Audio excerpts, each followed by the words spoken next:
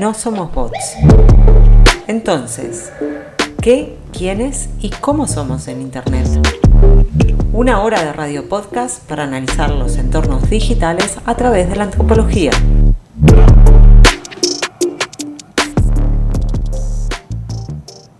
Bienvenidos a No Somos Bots. Soy Andrea Kropman, de Paseo por Internet. Formo parte del Institut Català d'Antropologia y la Red Latinoamericana de Antropología Digital.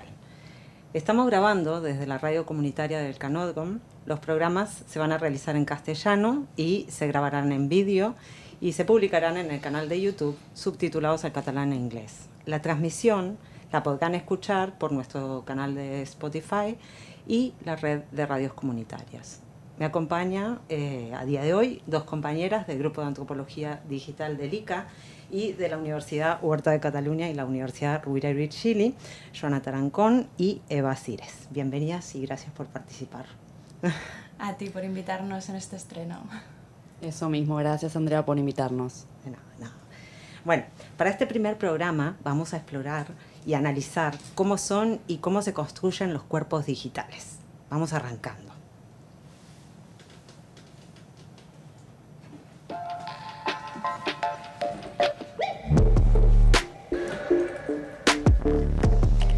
Nuestros cuerpos tienen la capacidad de desdoblarse y transformarse según el entorno. Nos camuflamos según la ocasión.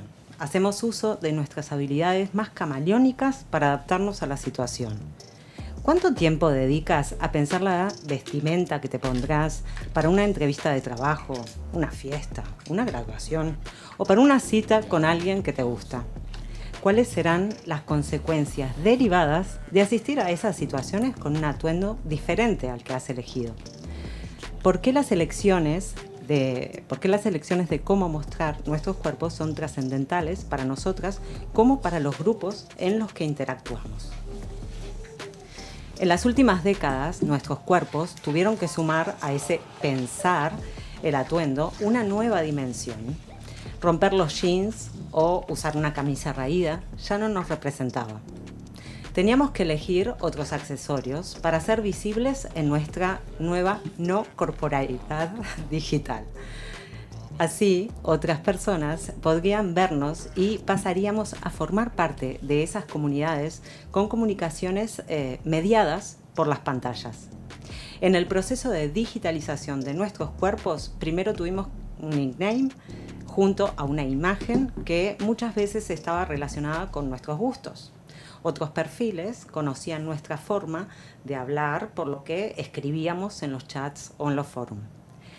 Tiempo después, y más cercano a la actualidad, surge otra metamorfosis de nuestra no corporeidad digital. Cambiamos los nicknames por nuestros nombres de la vida offline, ligados a fotos de nuestros cuerpos físicos.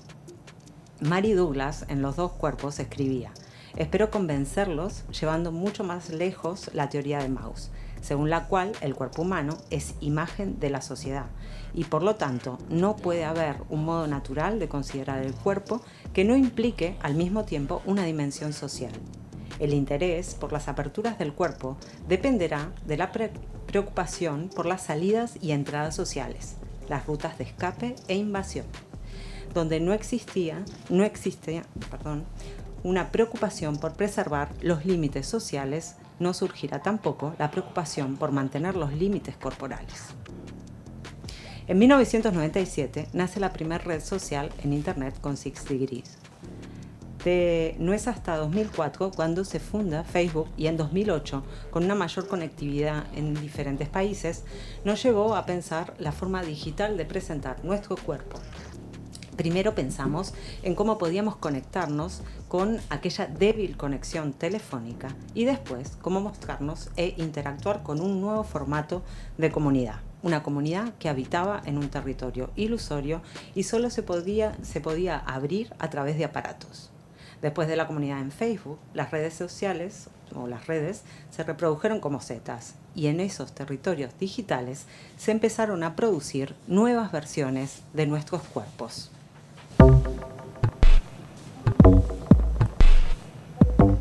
Exploremos. Salimos a hacer trabajo de campo para buscar distintas experiencias y reflexiones. Salimos a investigar por internet y consultar las experiencias personales sobre la construcción de esos cuerpos en línea. Malinali nos cuenta cuál fue su primera presencia en el ámbito digital. Con una transición de los perfiles personales a los laborales, sintió que su relación con las plataformas de internet se planteaba como no consensual. Hola. Bueno, la primera vez que creé un cuerpo digital para interactuar en redes sociales, estaba yo en la universidad, como de 19 años, y recuerdo que fue en la casa de una amiga de mi mamá que tenía computador y tenía internet, y entré a uno de estos cuartos, ¿no? De chat, que bueno, en realidad no eran redes sociales como las conocemos hoy, porque eran cuartos más específicos, como canales de comunicación. Y recuerdo que había diferentes colores en los canales, y entré a uno negro y había una conversación, y luego de pronto entré a uno rojo y había un tono pues específicamente de interacción sexual, y me friqué. Me acuerdo perfectamente que me friqué. Me sentí observada, me sentí vista, me sentí así. Fue una sensación muy desconcertante, ¿no? Ya de ahí realmente mis presencias, digamos, mis identidades en redes sociales han sido más ligadas al trabajo organizativo que yo he hecho en diferentes momentos con diferentes organizaciones, colectivos. Y ha sido a través de esas cuentas que he utilizado las redes sociales pues como para conectarme. En las ocasiones que he tenido redes sociales a nivel, digamos, personal, en México, ¿no? Originalmente donde las tenía, las cerré después de una relación bastante acosadora en la cual yo quería borrar cualquier interacción, ¿no? Entonces recuerdo mucho esto, como las redes sociales con mi persona digital se daban mucho justamente como a cuestión de acoso, ¿no? Y sí, así como borrar una dirección postal, las cerré, ¿no? Y ya últimamente creo que ha sido un poco una mezcla de, ¿no? Todavía mantengo por ahí una identidad, digamos, en redes sociales que utilicé originalmente para organizar, pero no está muy activa, y entonces no tengo una presencia, no posteo, sino simplemente ha sido un espacio donde poderme enterar luego de lo que pasa alrededor, porque también he notado eso en los últimos pues casi 15 años, que donde una se entera los eventos que va a haber, lo que está pasando es en las redes sociales. Entonces en momentos en que no he tenido la posibilidad de estar conectada, me he dado cuenta que no me entero. Entonces sí, ha sido como que algo forzado realmente de tener que estar ahí, aunque realmente no me guste la forma en cómo se desarrolla la conversación o las interacciones, ¿no? Y sí, ahora las identidades en redes sociales que tengo digitales son 3. Una en Facebook, más local, otras 2 que tuve que abrir en el último año, realmente más por la búsqueda de empleo, ¿no? Instagram, porque me di cuenta que ahí se publicaban muchos trabajos de las redes de las organizaciones que sigo, y la otra en LinkedIn, ¿no? También en la búsqueda de empleo. Pero así como una presencia digital nunca me ha gustado. Creo que siempre ha sido una relación un poco como no consensual, ¿no? Así me siento un poco. Vale, vamos a continuar con Afra en el siguiente audio, que nos relata una experiencia desde los videojuegos con una identidad más anónima, que con el pasar del tiempo fue transitando hacia una identidad más visible y profesional con finalidades laborales. Mis primeras identidades digitales fueron casi todas basadas en un nick que yo usaba, para videojuegos, para el correo electrónico, para diferentes foros en los que entraba. Digamos que antes yo creo que la gente de Internet tenía como una identidad aparte, ¿no? A lo Matrix.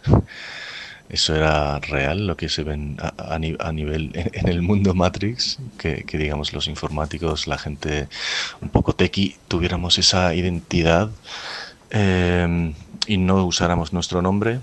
Pero sí que es verdad que a medida que se fueron imponiendo las redes sociales y también a medida que uno pues quiere entrar en corporaciones y cosas así, simplemente por ejemplo a la hora de presentar tu currículum pues lo presentas con un correo con tu nombre, por ejemplo, y eso ya empieza como a ligar tu identidad real con tu identidad virtual.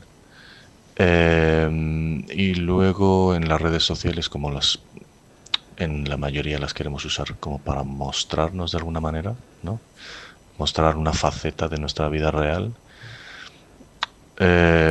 conocer otra gente real, aunque hay otros usos posibles, pero creo que este es el uso que más se premia, es el uso que casi al que nos vemos abocados, es el camino más fácil. Otros usos son muy difíciles, yo creo.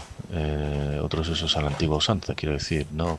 Poner tu nick, no publicar nada y usarlo solo para comunicarte por mensajería con otra gente, pues no es como hoy en día se está fomentando ese tipo de comunicación. Hoy en día, por ejemplo, los reels, ¿no? Publicar lo que estás haciendo, publicar lo que estás comiendo, publicar si eres un artista lo que estás produciendo. Es una mezcla de...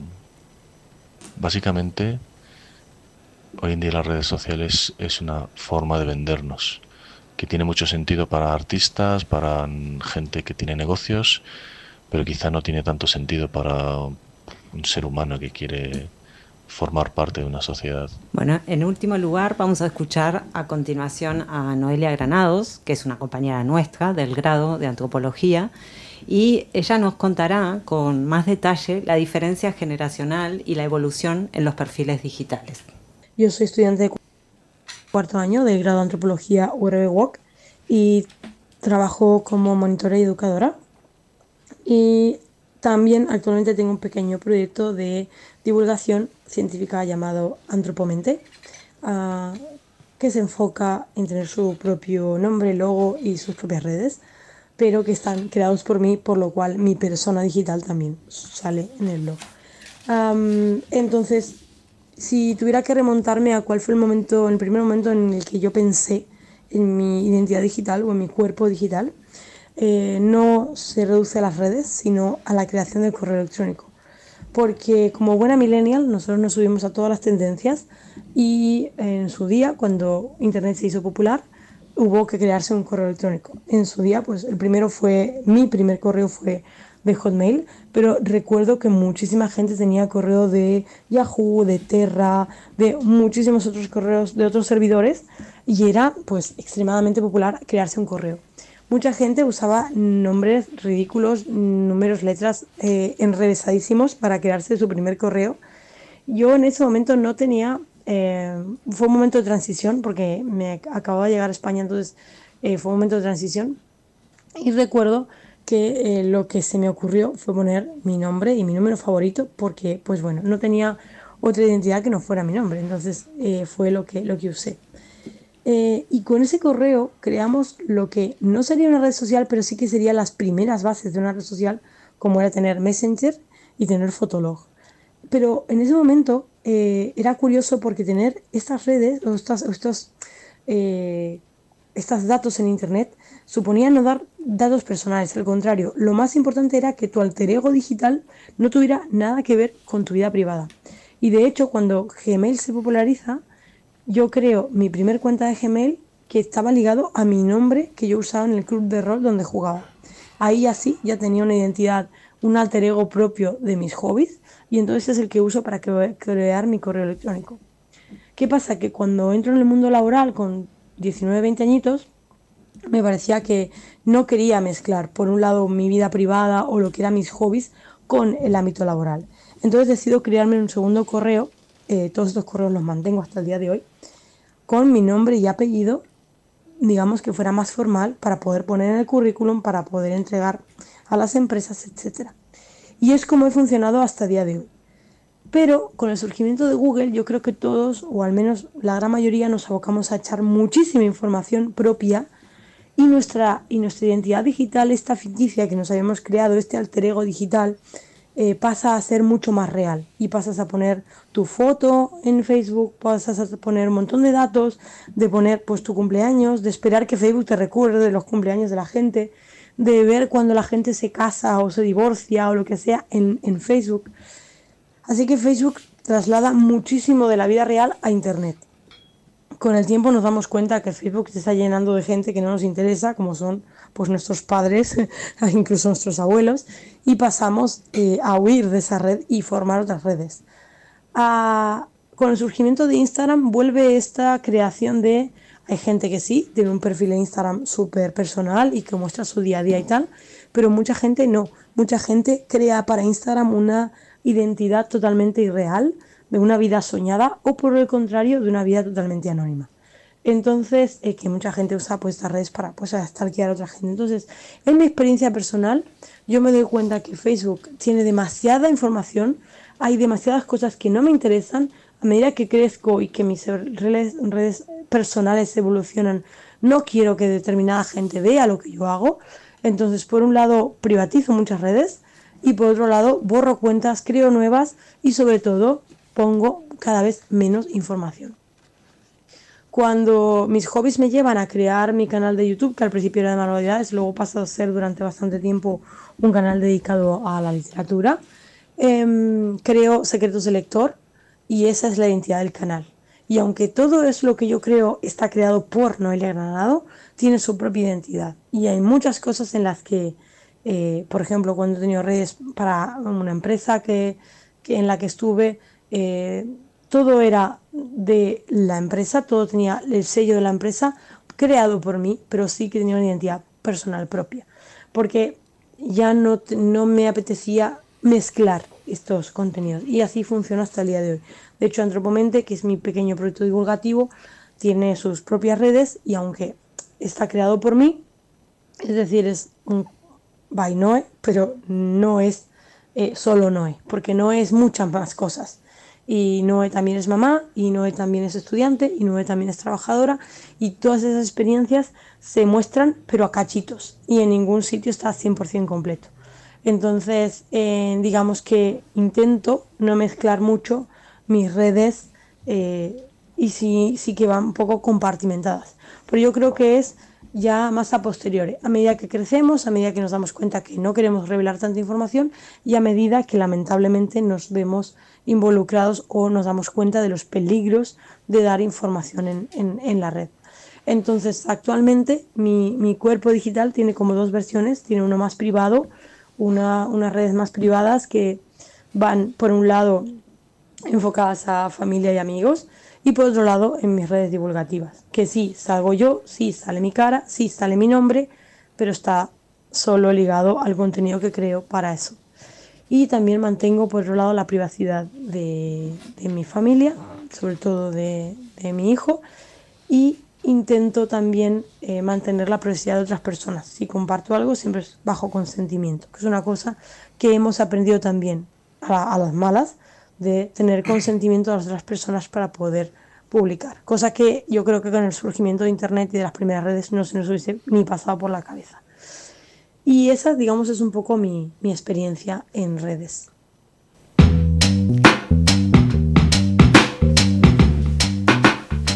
Analicemos, un espacio para conversar desde la antropología y otras aristas. Tras escuchar los testimonios que recopilamos en nuestro breve trabajo de campo sobre cómo ha sido construida o pensada la corporeidad digital en las redes sociales, pero también en los videojuegos o correos, vamos a continuar con un análisis conversado con invitadas presenciales y otras digitales. Me acompañan en esta charla Josep Martí Pérez, actual director del Institut Català d'Antropologia. Se doctoró en Antropología Cultural en la Philips Universitat y trabaja como investigador en el Institut Milà y Fontanals del Consell Superior de Investigacions Científicas de Barcelona. Es profesor de Antropología en las universidades de Barcelona, Rovira i Virgili y la Oberta de Cataluña. Dirige proyectos de investigación en Antropología de la Música, Antropología del Cuerpo y más recientemente Posthumanismo. Como antropólogo ha realizado trabajos de campo en diferentes países europeos, Japón y en Guinea Ecuatorial. También nos acompaña Alexander Pichel Vázquez, es investigador predoctoral en la Universidad Oberta de Cataluña, es graduado en Ciencias Políticas por la Universidad de Santiago de Compostela y máster en Comunicación por la Universidad Pompeu Fabra y en Estudios de Género por el Instituto Interuniversitario de Estudios de Mujeres y Género. Muchas gracias por venir y bienvenidos aquí a estos estudios. Gracias, Josep. Gracias por la invitación, estoy aquí con mucho gusto. Me encanta. Y gracias, Alexander. Muchísimas gracias por esta invitación y por este espacio. Eso, el espacio es importante que tenemos. Bueno, para empezar este análisis, quiero que primero como que me digan las impresiones que tuvieron de este pequeño relevamiento, bueno, estas participaciones que pusimos recién, que es un poco lo que les pareció o el tema en sí también. Después empiezo con las preguntas. Sí, no sé, en mi caso, claro, lo que es interesante es que son experiencias personales, ¿no? O sea, y de que de alguna manera todos nos reflejamos también en ello, porque todos hemos pasado más o menos por ahí. Entonces, lo que a mí me llama un poco la atención, quizá podemos hablar después de esto, es esta separación que se hace, ¿no?, tan clara entre quizá cuerpo físico y cuerpo digital, ¿no? O el mundo real, entre comillas, porque todo es real, ¿eh? El mundo real, entre comillas, el mundo que pisamos y el mundo del ciberespacio. Creo que eso sí que merece un poco de reflexión. Y aquí es donde quizá yo criticaría esta posición, ¿no? O sea, para mí son mundos complementarios, no en oposición. Y de alguna manera, eso que denominamos cuerpo digital, entre comillas, yo lo entiendo sencillamente como una proyección de nuestro cuerpo de carne y hueso. O sea, porque es inseparable. O sea, el cuerpo, digamos, digital, le hace falta el cuerpo. Es que sin el cuerpo en carne y hueso no habría este cuerpo digital, ¿no? No sé, son las primeras ideas, ¿no?, que se me han ocurrido al respecto. Muchas gracias. ¿Y Alex? Yo, la verdad, tampoco vengo aquí a contradecir a Josep, obviamente. Además, estoy bastante de acuerdo con su posición. Y con respecto a esto, una de las cosas que me causa mucha atención y curiosidad de los audios que hemos estado escuchando es esta distinción de cuando no mostramos ciertas componentes de nuestra vida personal que suponemos que no son públicos, o cuando estamos callados en estas redes sociales, ¿dejamos de ser cuerpos digitales o seguimos siendo cuerpos digitales? Porque la mayoría de las locuciones decía como que no estamos presentes o estamos simplemente observando. Y en este sentido es como si en nuestra vida offline, cuando estamos callados, dejamos de ser cuerpo. No estamos hablando las 24 horas del día y no dejamos de tener el cuerpo. Entonces, cuando no estamos hablando en nuestras vidas online, también seguimos teniendo este cuerpo online. Sí, a eso también había estado leyendo algunos artículos que hablaban de esta confluencia, ¿no?, y de cómo llamarla también, ¿no?, porque no... por eso yo creo que se da esto de que hay gente que la separa, ¿no?, porque no hay una terminología que junte estas dos, ¿no? Entonces, había estado leyendo Luciana Floridi, la denomina como vida on life, ¿no? No sé si escucharon este término, que es como una especie de... se hizo un manifiesto y que es una especie de hibridación o mezcla de estos dos mundos, ¿no? Que antes estaban separados y se ponía muy bien mundo offline y mundo online, ¿no? Ahora pasamos a estar como todos integrados. No sé si lo escucharon o lo han consultado. Sí, pero a mí, vamos a ver, sí, pero lo que pasa es que como son fenómenos nuevos relacionados, o sea, más o menos nuevos, a veces quizá también exageramos o lo sacamos un poco de contexto, ¿no? Porque no hay tanta diferencia. O sea, a mí me gusta mucho pensar, por ejemplo, muy bien, entramos en esta comunidad, entramos en el ciberespacio, ¿no?, en el offline, en la experiencia offline y esas cosas, ¿vale? Pero bueno, pongámonos más de pies en el suelo. Por ejemplo, yo estoy en mi casa, yo salgo a la calle entro en otro mundo, el de la calle. ¿Cuántas cosas no cambian también? Claro, es que mi idea básica, a ver, tampoco quiero enrollarme mucho en esto, pero que esta idea que tenemos de los cuerpos como algo aislado, los individuos, es una falacia, no somos individuos, ¿no? O sea, somos lo que somos porque nos implementamos en todo lo que nos rodea. Y todo lo que nos rodea, ya sea lo físico, lo orgánico, las ideas, Dios, que son ideas, ¿no? O sea, así nos implementamos nosotros. Por lo tanto, si yo estoy en casa, yo me implemento con lo que tengo en casa. Si estoy en la calle, me implemento en lo que sea en la calle, también con los peligros, como antes salía también la primera, ¿no? Persona que ha intervenido del chat, ¿no? Y así un poco así morboso, ¿no? En la calle también encuentras cosas de esas, ¿no? Vale, pues entramos también. Estoy en un teatro, exactamente lo mismo. Yo me implemento pues en la ópera que está representando, en la música, en las butacas, en la temperatura de la gente que tengo al lado, los pensamientos que tengo. Yo me implemento así. Entro en el ciberespacio, exactamente lo mismo. Claro que hay diferencias, pero son diferencias para mí de grado, no de cualidad, de calidad, ¿no? Sí, y aquí podemos hablar, ¿no? Por las características propias del ciberespacio, que permite que yo me implemente de una manera diferente a como yo puedo ser en mi casa, o en mi habitación, o en la calle. Y aquí se puede hablar mucho también, o sea, podemos discutirlo. Claro, no sé si querías aportar. No. Dale. No, estaba pensando en las distintas ventanas, ¿no? De que cerramos como la instantaneidad que hay en el mundo digital, hablando de estos mundos, ¿no? Que están todos integrados. Tal vez se suceden con más rapidez, ¿no?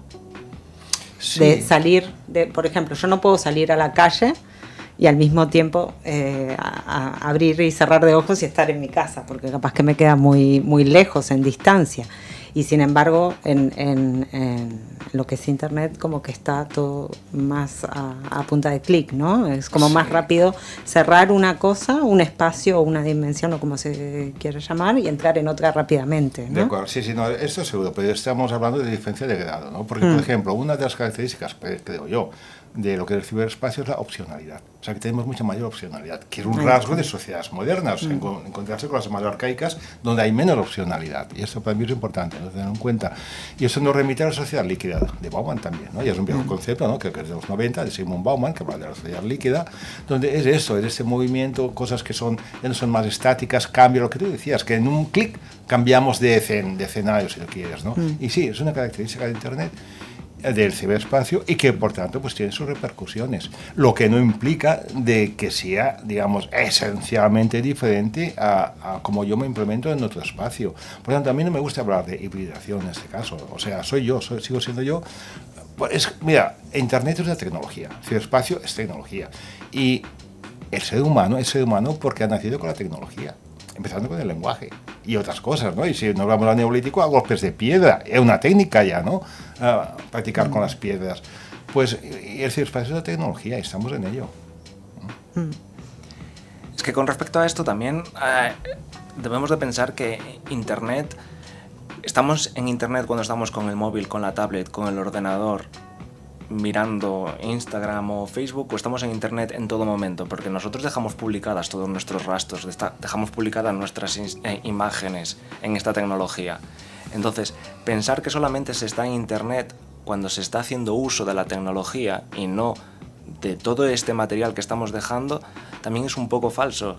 Por eso digo que estoy bastante de acuerdo en este sentido de que nuestro yo en el espacio digital sigue siendo nuestro yo, es el mismo yo que estábamos antes del Internet. Lo que pasa es que simplemente en un espacio nuevo creado a través de la tecnología que hemos desarrollado durante las últimas décadas.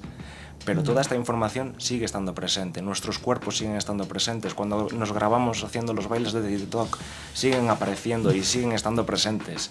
Nuestros cuerpos no abandonan nunca, y eso es también una de las características que creo que tiene Internet. Bueno, ahora vamos a ir a continuación a escuchar a Greta Winkler, que ella en su audio también habla de esto de mundos enredados, bueno, de todo enredado, ¿no? Entonces, Greta Winkler, que es antropóloga, docente investigadora en la Facultad de Filosofía y Letras de la Universidad de Buenos Aires, forma parte del área de antropología visual y del equipo Niñez Plural en el Instituto de Ciencias Antropológicas. Sus temas cruzan los estudios de la cultura visual, los estudios de las infancias y la iconografía política. Además es educadora popular en un espacio comunitario del conurbano bonaerense donde trabaja junto a niños y adolescentes desde 2008. Se sumó a la Red Latinoamericana de Antropología Digital, donde somos compañeras, en 2021 para incursionar en investigaciones sobre cultura visual digital y desde 2024 forma parte del equipo que coordina las charlas de la red. La pregunta por el cuerpo en los medios virtuales, término que de por sí también requiere revisión o al menos una explicación, acompaña los estudios sobre la esfera digital desde hace tiempo. Lo interesante en estas reflexiones es que se vuelve la mirada a autores que lejos están de haber habitado el mundo o los mundos que Internet nos abrió y puso a disposición. Heidegger, Merleau-Ponty, Marcel Mauss o autores de la historia del arte de fines del siglo XIX nos acompañan a la hora de pensar qué pasa con nuestros cuerpos en la digitalidad, por mencionar unos pocos nombres. También nos acompañan distintas disciplinas, pues ninguna de manera autónoma puede dar cuenta de lo que pasa con la corporalidad digital. La antropología se cruza con la filosofía, las artes, los estudios sobre medios y tecnología y hasta las neurociencias. Pero además de la vieja pregunta por la relación entre cuerpo y mente, o corporalidad y subjetividad y sus múltiples versiones, aparecen también especificidades dentro del propio mundo digital.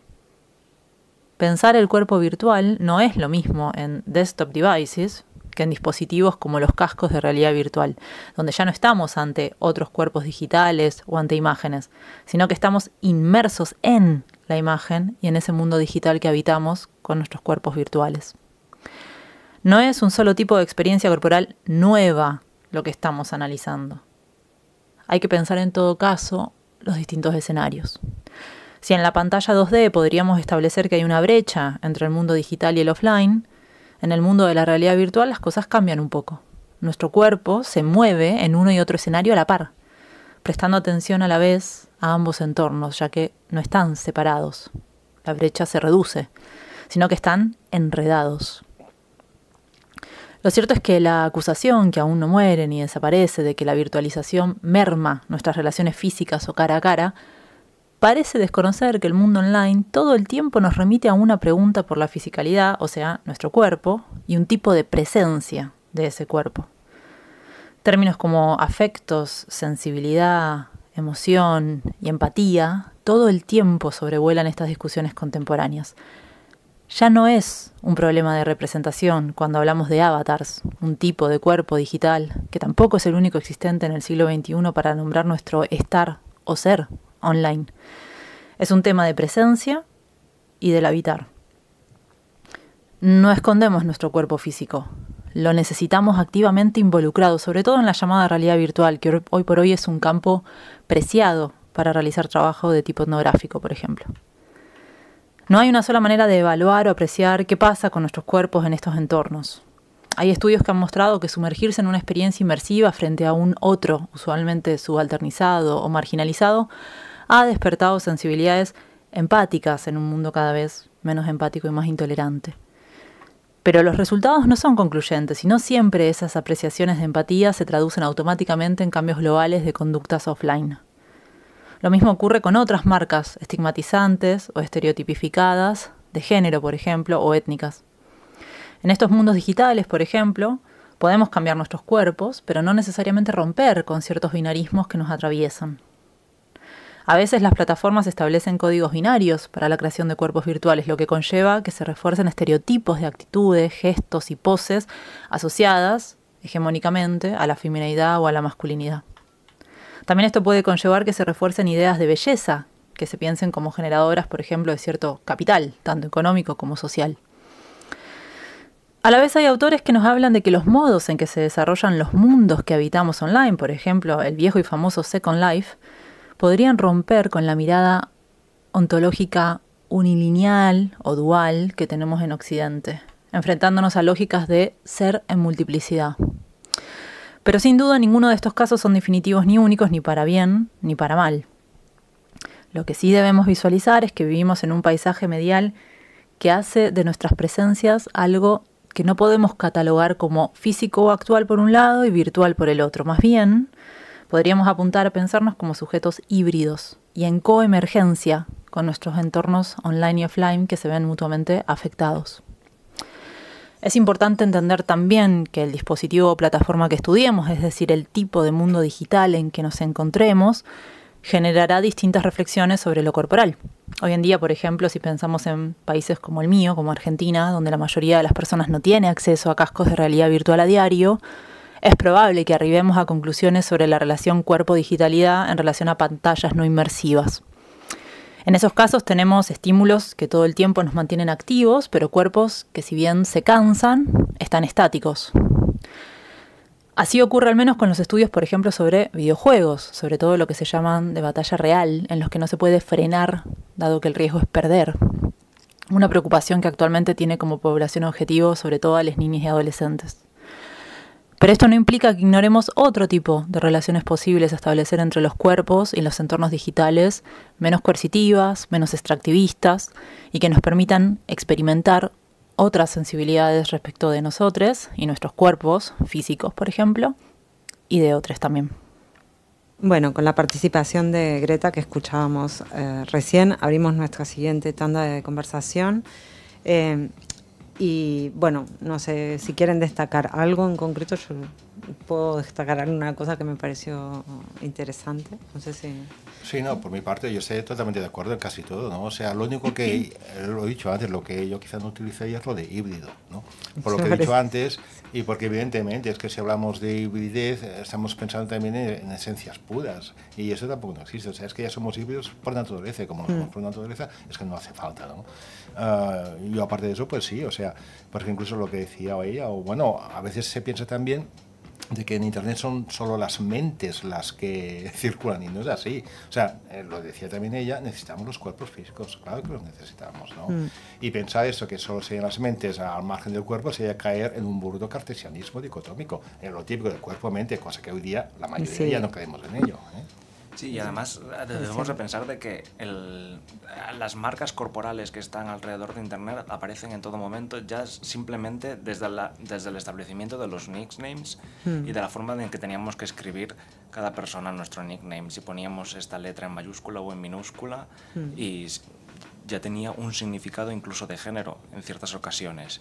Y también estaba pensando ya solamente en la producción de memes actualmente, y de cómo, a pesar de que siguen siendo dibujos que podrían estar asexuados, agenerados en este sentido, seguimos reproduciendo ciertas dinámicas de género que son muy evidentes en todo momento. Es decir, las marcas corporales se siguen reproduciendo en estos espacios porque nunca dejamos de abandonar nuestro cuerpo, nunca dejamos de ser el cuerpo que éramos. Sí, justo con eso iba a destacar justo lo de los binarismos que decía, ¿no? De cómo son planteados, ¿no? Desde las plataformas, sobre todo, que refuerzan los estereotipos que son femeninos y masculinos. No sé, en los últimos tiempos, por ejemplo, vimos que, por ejemplo, en Twitter, ¿no? Lo que es X a día de hoy, no termino de acostumbrarme a decirle X, pero bueno, hacía como una especie de consulté con gente que lo sigue utilizando. Todos ellos hombres me decían, ¿no? Que sí, que me están poniendo más contenidos bélicos, más contenidos bueno, el algoritmo va funcionando así y les iba mostrando un tipo de contenidos que era masculinizado, ¿no? O sea, o el estereotipo. Y después en Instagram, que yo justamente estoy investigando eso, me muestra cada vez contenidos más de cocina, make-up, todos estos estereotipos más de la feminidad, ¿no? De las ideas de la feminidad. Hubo un cambio bastante grande porque sí que, como decías, yo empecé Internet y estas figuras no estaban tan ligadas al género. Yo creo que esto se ha ido bifurcando cada vez más, o por lo menos así lo decide el algoritmo o así lo decían las personas que interactúan. No sé qué opinión. Es que debemos de pensar también que los algoritmos es una cosa bastante nueva. Es decir, sí. Antes estábamos ubicados en diferentes espacios, algunos, por ejemplo, ya solamente pensando en el tema de del correo electrónico, estábamos conviviendo correos electrónicos de espacios diferentes, desde Gmail a Hotmail, a Terra, es decir, las empresas, no había una única empresa que estaba gestionando todo ese montón de información, sino que era un traspaso de diferentes empresas o de diferentes servidores en este caso. Con la llegada de toda la estructura capitalista ya al sistema online, lo que estamos viendo es una reproducción de nuestro modelo al modelo que se intenta implantar. Por ejemplo, como tú bien decías, la compra de Twitter por Elon Musk es un hecho evidente de cómo Twitter se ha convertido en un basurero de fascismo y de masculinismo por todos lados. Y esto obviamente también reproduce ciertas dinámicas de género para otras redes sociales. Entonces, al final es una segregación también de los espacios que supuestamente deberíamos de mantener en nuestras vidas offline, reproducirlas también en los espacios online. Sí, sí. Otra, siguiendo la línea de las plataformas, ya que estamos, en uno de tus trabajos, Alexandra, aparecía el concepto de panóptico digital. Bueno, tal como está evolucionando Internet, vamos quedando, pienso, encerrados en las plataformas, ¿no? Y estas plataformas tienen como que son datos, lo que estamos dando como usuarias, ¿no? Estas construcciones que hacemos de perfil, de nombre y tal, son datos que estamos dando a las plataformas. Y las plataformas a su vez lo utilizan con determinados propósitos. Nombrabas recién a Elon Musk y Elon Musk abiertamente ahora está participando y financiando muchísimos partidos de ultraderecha. Lo último que hizo fue estar apoyando, digamos, era una de las de la gente que promovió la manifestación esta de ultraderecha en Londres, ¿no? Sin ir más lejos. Entonces, claro, eso cómo afecta, ¿no? A nuestra presencia en lo digital, ¿no? O sea, hablabas recién de la desegregación, por ejemplo. Sí, o sea, nos afecta no solamente en lo digital, nos afecta en todo. O sea, sí, está claro en el sentido de toda esta publicidad y de toda esta cantidad de datos que tienen acceso, pueden provocarnos, y eso ya está demostrado en diferentes elecciones, cómo se han ido balanceando para un lado para otro. Pero yo no lo pondría ya tanto en un ejemplo tan catastrofista como puede ser el de Elon Musk, sino ya solamente pensando en el sistema de lectura que tenemos actualmente y cómo ha cambiado en los últimos 5 años. Si os habéis dado cuenta, en TikTok ahora ya está lleno de book talks o booktubers que lo único que se dedican es a leer libros y cada vez más cantidad de libros, lo que hace que de repente se creen plataformas como la de Goodreads, que puede ser una plataforma donde tú guardas lo que has leído, pero de repente se convierte en una plataforma de acumulación de los libros leídos. Es decir, una acumulación de un capital cultural de todo lo que aquello que has leído. De repente la lectura ya no es un mero disfrute, sino que simplemente es una práctica de acumulación cultural, una práctica del mismo sistema que estábamos teniendo. Y aquí podemos ver, ¿no?, esta interrelación, en plan, de cómo estas plataformas, en plan, te promueven a este consumo de estos objetos y al mismo tiempo hacen que cambien las prácticas culturales que estamos teniendo en nuestras vidas. Sí, aquí quizá a mí me gustaría recordar lo del miedo, ¿no? El miedo social que mucha gente tiene, ¿no? Es que, mira, es que estábamos hablando sobre colchones y de repente, ¡paf!, me salen anuncios de colchones en el móvil, ¿no? O, ¿y qué pasa? ¿Qué pasa? ¿No? Y bueno, son cosas interesantes de observar, ¿no? Hay gente que dice, bueno, hablemos pero con el móvil un poco lejos, ¿no? Que no sea que se me capte lo que sea. Y bueno, interesante constatar eso. Sí, hasta las personas que no nacieron, digamos, con este boom tecnológico, se nota cómo van captando también y van integrándolo también en sus diálogos, ¿no? Cotidianos, ¿no? Y así. Bueno, ahora tenemos la la siguiente participación desde la red latinoamericana, que ya se adentra un poco más en lo que es el trabajo de campo, más de etnografías digitales, ¿no? De como hacemos, bueno, en mi caso, futura antropóloga, pero en el caso de futuras, ¿no? Pero bueno, ya hay antropólogos que han hecho muchas etnografías acá sentados, entonces vamos a conversar. Primero vamos a escuchar a Antonella Consiglieri, quien nos compartió su experiencia de etnografía digital. Ella es antropóloga e investigadora formada también en la Facultad de Filosofía y Letras de la Universidad de Buenos Aires, como Greta, investigadora del proyecto Religiosidades Periféricas e Imaginarios Terapéuticos en la Argentina Contemporánea, discursos ritualizados y trayectorias en el equipo de Antropología de la Religión de la sección Etnología del Instituto de Ciencias Antropológicas de la UBA, acá el ICA. Participa en la Red Latinoamericana de Antropología Digital desde el 2022 y está en la coordinación de las charlas desde 2024, conmigo también. Así que en tesis de licenciatura realicé una etnografía digital en un espacio de intercambio dedicado a la apreciación de y a la discusión sobre el cementerio de la Chacarita en la ciudad autónoma de Buenos Aires. Inicié mi investigación en 2020, pero en las circunstancias del momento no podía llevar a cabo el plan de trabajo de campo previsto, y mucho menos en un sitio considerado oficialmente como higiénicamente riesgoso. Me vi en necesidad de adaptar mi plan de trabajo al aislamiento físico, y en Internet encontré lo que buscaba. El grupo de Facebook Cementerio de la Chacarita, Arquitectura, Símbolos e Historia.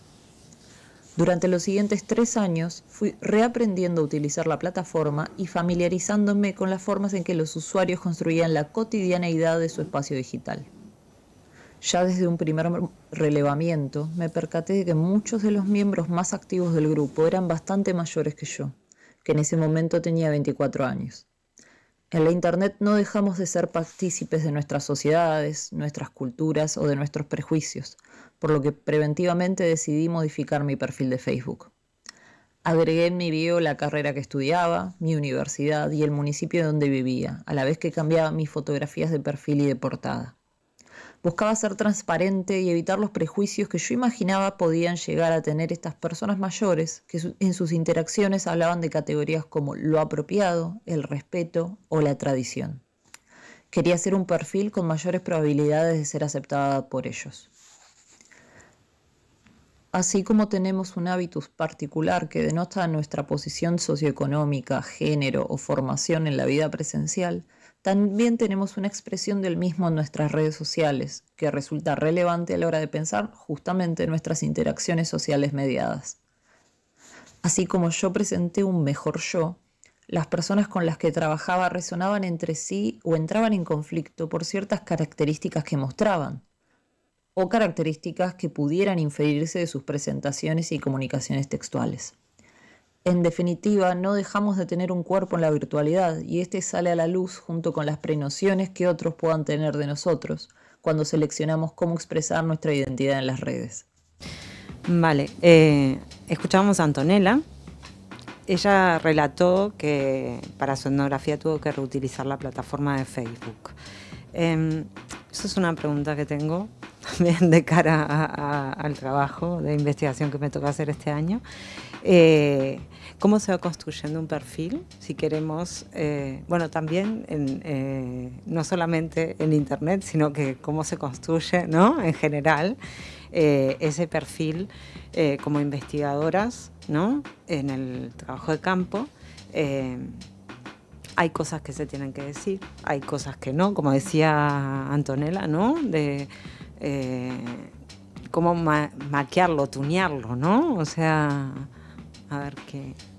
No, que a mí me ha llamado la atención en la intervención de Afra, ¿no? La segunda persona que ha intervenido, cuando decía, que lo he apuntado, que bueno, tenía interés en mostrar solo una faceta de más o menos decía algo así, ¿no? Claro, eso es reduccionista, que es lo mismo que me estás diciendo tú ahora, ¿con qué perfil me debo presentar? O sea, ¿qué perfil debo elaborar? Por lo tanto, estamos hablando de identidades. Por lo tanto, pero bueno, que repito, eso lo hacemos siempre, esas son las máscaras. Todos tenemos muchas máscaras, ¿no? Yo depende de en qué situación me encuentre, tengo mi máscara A, la B, la C, la D, la X, lo que sea, y son las identidades. O sea, esas son nuestras identidades, porque lo que también es una falacia es pensar que tenemos una identidad. O sea, tenemos en todo caso una suma de identidades. Y en todo caso esta identidad no va a ser nunca fija, porque siempre se van añadiendo nuevas facetas, nuevas máscaras, ¿no? Y en tu caso concreto, lo que preguntabas, bueno, claro, si ya nos ponemos como investigador, en este caso hay una deontología. Y aquí sí que tenemos que aferrarnos, obviamente, pensando en nuestra profesión, ¿no? Que son tus intereses personales, que son los de la disciplina también en este caso. O sea, a partir de ahí, obviamente, y con transparencia, se dice muy fácilmente, pero muchas veces, o sea, cuesta hacer estas cosas, ¿no? Pero bueno, pero la deontología es importante, claro.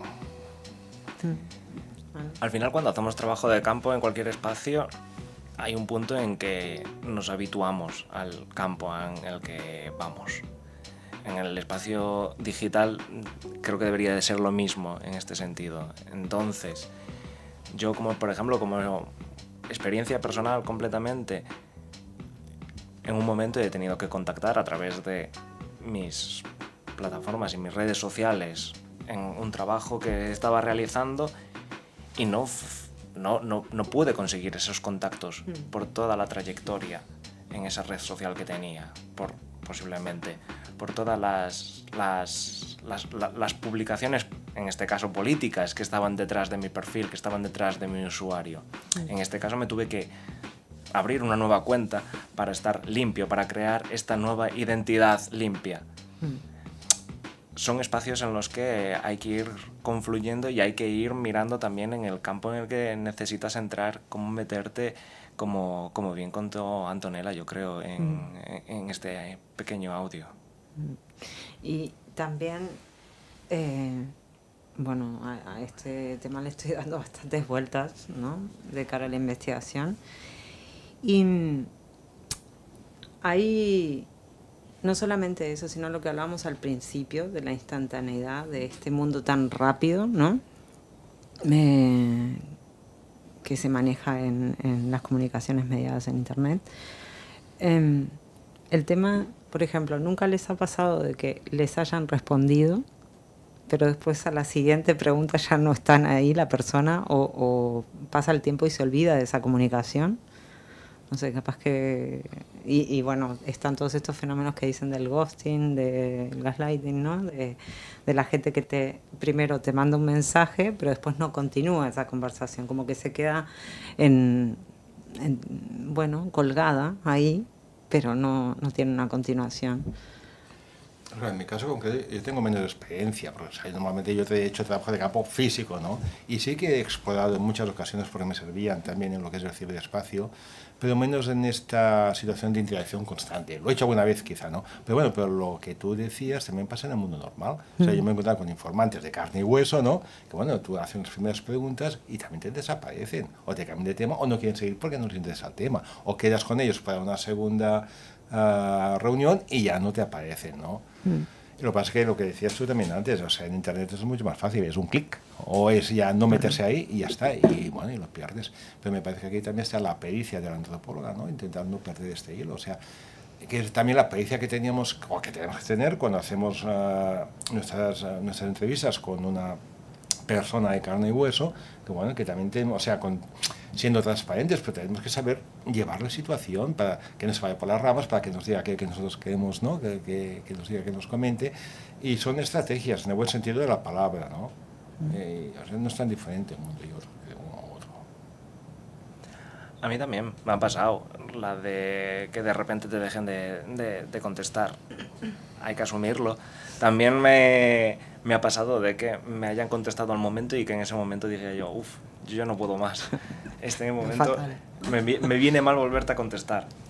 Y que tiene un problema el Internet, que es esta constancia y esta presencia constante en este sentido, que es muy difícil saber cuándo estás fuera o cuándo estás dentro del campo de estudio. Cuando estás fuera, y por ejemplo cuando tú estás haciendo un trabajo de campo, cuando sales de ese espacio en concreto y estás en tu casa, sabes que puedes estar descansando. Si estás en Internet y de repente te llega la notificación de que te ha contestado, ¿tú qué dices? ¿Me pienso la respuesta o lo dejo para mañana, que hoy ya no me apetece seguir en el campo? Buenas reflexiones. Sí, yo tal vez lo dejaría para mañana. por una cuestión de acotar, ¿no? También y liberar. Pero bueno, hay que conciliar. Hay que conciliar y aprender. Bueno, vamos a empezar a cerrar nuestro primer programa de No Somos Bots. Queremos, bueno, la idea en este cierre es hacer unas pequeñas conclusiones, conclusiones no, son como reflexiones o valoraciones finales de todo lo comentado. En estas también invito a Joana y a Eva para que se sumen si tienen alguna frase que han dicho los invitados o las personas que participaron al principio de todo, así como vamos rescatando y haciendo la mezcla. Para cerrar, yo, para abrir, cortar el hielo, voy a empezar con esas frases y destaco una de Greta, que mira cómo es, va de los sujetos híbridos. Dice así: podemos apuntar a pensarnos, como sujetos híbridos en coemergencia con nuestros entornos online y offline que se ven mutuamente afectados. No sé quién quiere continuar con alguna frase. Yo os quería lo mismo que he dicho antes, es que el cuerpo no lo dejamos nunca. O sea, esto que entendemos como cuerpo físico no lo dejamos nunca. Si no, sería imposible incluso sentir emociones cuando estamos en el ciberespacio, que muchas veces vamos al ciberespacio para las emociones también, ¿no? Para afectarnos. O sea, que yo diría esto. Nuestro cuerpo online es nuestro cuerpo offline, es el mismo cuerpo. Somos solamente uno. Cuando estamos calladas en internet seguimos teniendo nuestro mismo cuerpo. Cuando abandonamos nuestro dedo en la pantalla, nuestro cuerpo sigue estando online. Compañeras. Bueno, yo destacaría este viaje que hemos hecho un poquito también al pasado, al inicio del programa, que ha sido incluso entrañable, de recordar esos primeros instantes en internet con esta creación de lo que creíamos que eran personalidades paralelas, alter egos, nicknames, pero que al final no era más que una parte más nuestra. Me he quedado con lo que ha dicho Alexandre, de que al final pues es internet, no acaba siendo nada más que la reproducción del modelo capitalista en el que estamos, aunque tengamos esta nostalgia de estos inicios, ¿no? Que parecía que se abría un mundo diferente, libre, democrático, igualitario, por fin, donde cada uno gratuitamente podía expresar su personalidad, pero pues al final el capitalismo lo ha engullido un poquito. Entraron los likes, entraron los algoritmos y la monetización de estas personalidades, de estos cuerpos digitales, y no deja de ser un reflejo, y parece que siempre nos van prometiendo que van saliendo plataformas o espacios que vayan a romper con todo esto, y no acaba de ser más que una que se retroalimenta un poquito. Gracias. Yo en realidad lo que me quedé pensando es lo que había comentado Josep respecto a las máscaras, las identidades, ¿no? Que en el mundo offline, digamos, se asemejarían a lo que es el mundo online. Pero a mí hoy por hoy lo que me preocupa es el hecho de que la virtualidad tiene la facilidad de permitirnos crear una versión propia cuasi ficticia, ¿no? Y en qué punto, cómo podemos a veces discernir que esta persona es la persona que dice ser, más hoy por hoy con todo lo que sucede, ¿no? En cuanto a inteligencia artificial, a filtros, a todo lo que vemos que está pasando últimamente. Sé que no hemos abordado mucho esto hoy en el programa, pero habrá más. Habrá más, pero eso, yo me quedo pensando en eso, ¿no? Como a veces qué dificultad hay para identificar que esta persona offline es online realmente. No somos bots. Exactamente. Bueno, les agradecemos a la participación, Joana, Eva, Alexander, Josep, se me quedaron en línea. También a Greta y Antonella, desde Argentina, Noelia, Malinali y Afra. Queremos mencionar también en este cierre que la música utilizada es provisional y ha sido descargada de Pixabay con licencias de Creative Commons de los autores. Estos son nicknames, con lo cual me va a costar decirlos: Rocot y Shanks Beat. Este podcast ha sido creado con licencia de Creative Commons Share Alike. En la descripción encontrarán nuestras formas de contacto para dudas y preguntas. Ha sido un gusto y volvemos en un mes con el tema relaciones amorosas y apps, y nos despedimos por hoy. Muchas gracias.